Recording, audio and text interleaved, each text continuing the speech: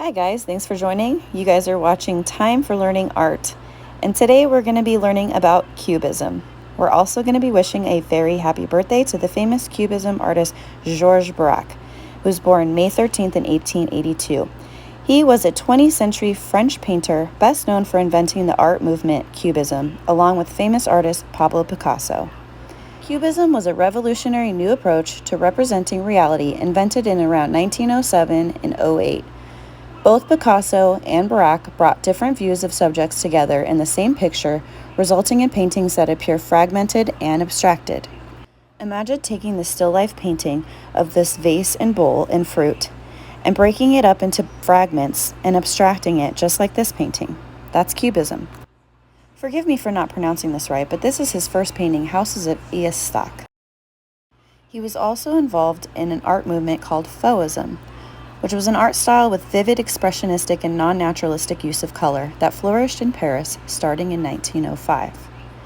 Here are some of his Fauvism paintings. See the use of color?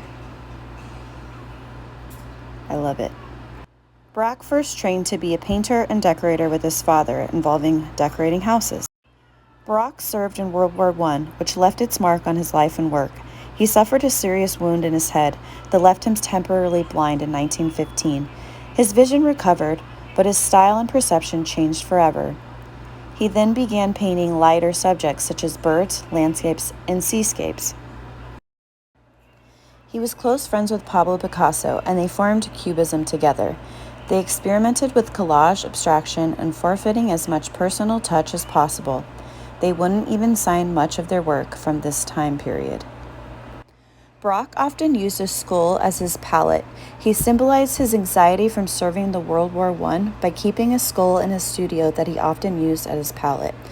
He also painted a lot of pictures of instruments, such as guitars and violins, as you see here.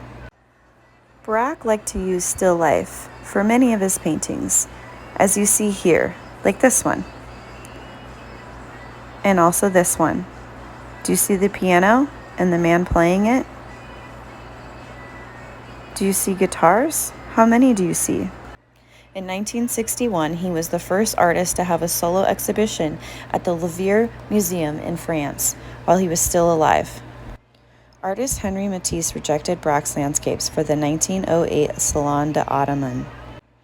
One rumored reason being Matisse's bitterness over Braque's following Picasso over Matisse.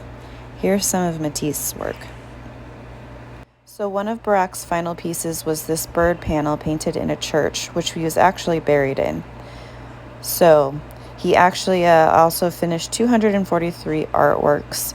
So go check him out. He did a stained glass window in the church, which he is now buried at, along with his wife, in Valenciennes, France. Yeah, so if you guys want to check out some Cubism, go check that out. And if you want to give your hand, do this simple design or this simple design, draw it out, chop it up, color it up, and have a very happy birthday, Georges Braque.